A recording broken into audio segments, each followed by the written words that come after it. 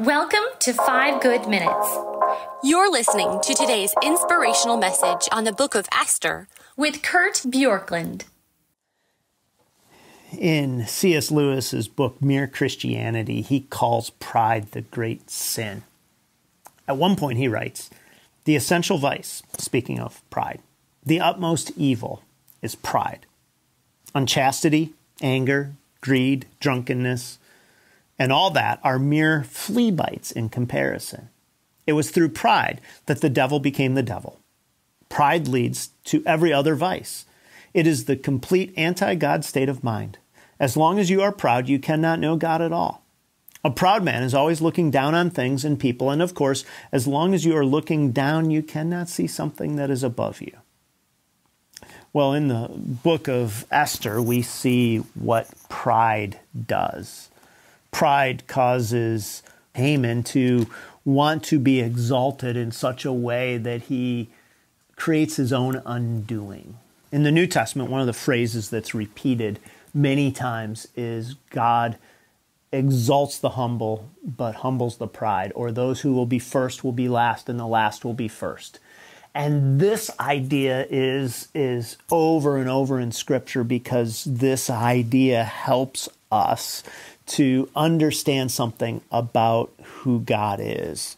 And Esther and Mordecai kind of take the other side of this. And so this is a reversal story where the humble get exalted and the proud get humiliated. And it's a way of just remembering this big principle that is in Scripture about the way that God works.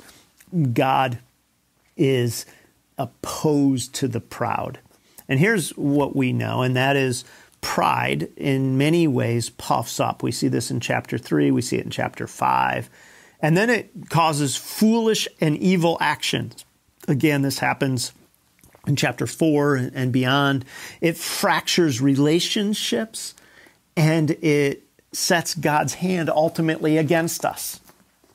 Now, pride is something that we see more easily probably in other people than we see in ourselves. And so how do you know if you are setting yourself up in a way that might bring the opposition of God against you? How do you know if you're being humble or proud? And often the difference seems pretty small from a human standpoint. So how is it that you go about understanding this for yourself? Well, if we look at Haman, we look at Mordecai, we look at Xerxes, we look at all of the different people. Here's what I would say just from this story, and there would be other things.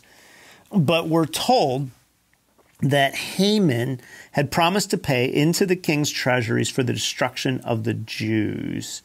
And this is verse 7 of chapter 4. And Mordecai also gave him a copy of the written decree issued in Susa for their destruction. And so what you have here is that Haman saw situations as a way to advance himself, whereas Mordecai saw situations as a way to serve others. And I don't know what situations you have, but if you are constantly looking at every situation or many situations and saying, how do I get more from this for me? There is pride involved. But if you look at situations and say, how can I serve in this situation? That is a more humble thing. And sometimes, again, from the outside, it may not even appear that. Sometimes only you know the account of this.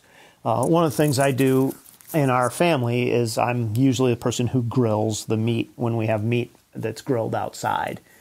And one of the things that I've learned over the years is that there's always different pieces of meat. Some are more choice, they get cooked better, they look better, and then there's some worse pieces that come.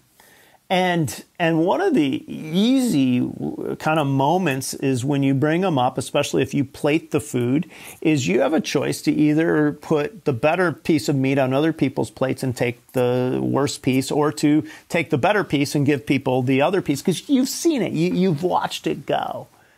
And that is probably not a great example because it's pretty easy to say, here, you take the better piece of meat. But But I think that is the mindset difference. Do I want what's best for me, or do I want what's best for somebody else? And know that pride is opposed by God.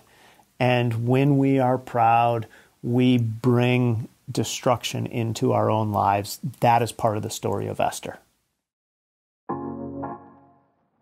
Thanks for joining us here today. There's a lot of great content to explore on Orchard Hill Plus and on the Orchard Hill main feed from the weekend. Have a great day.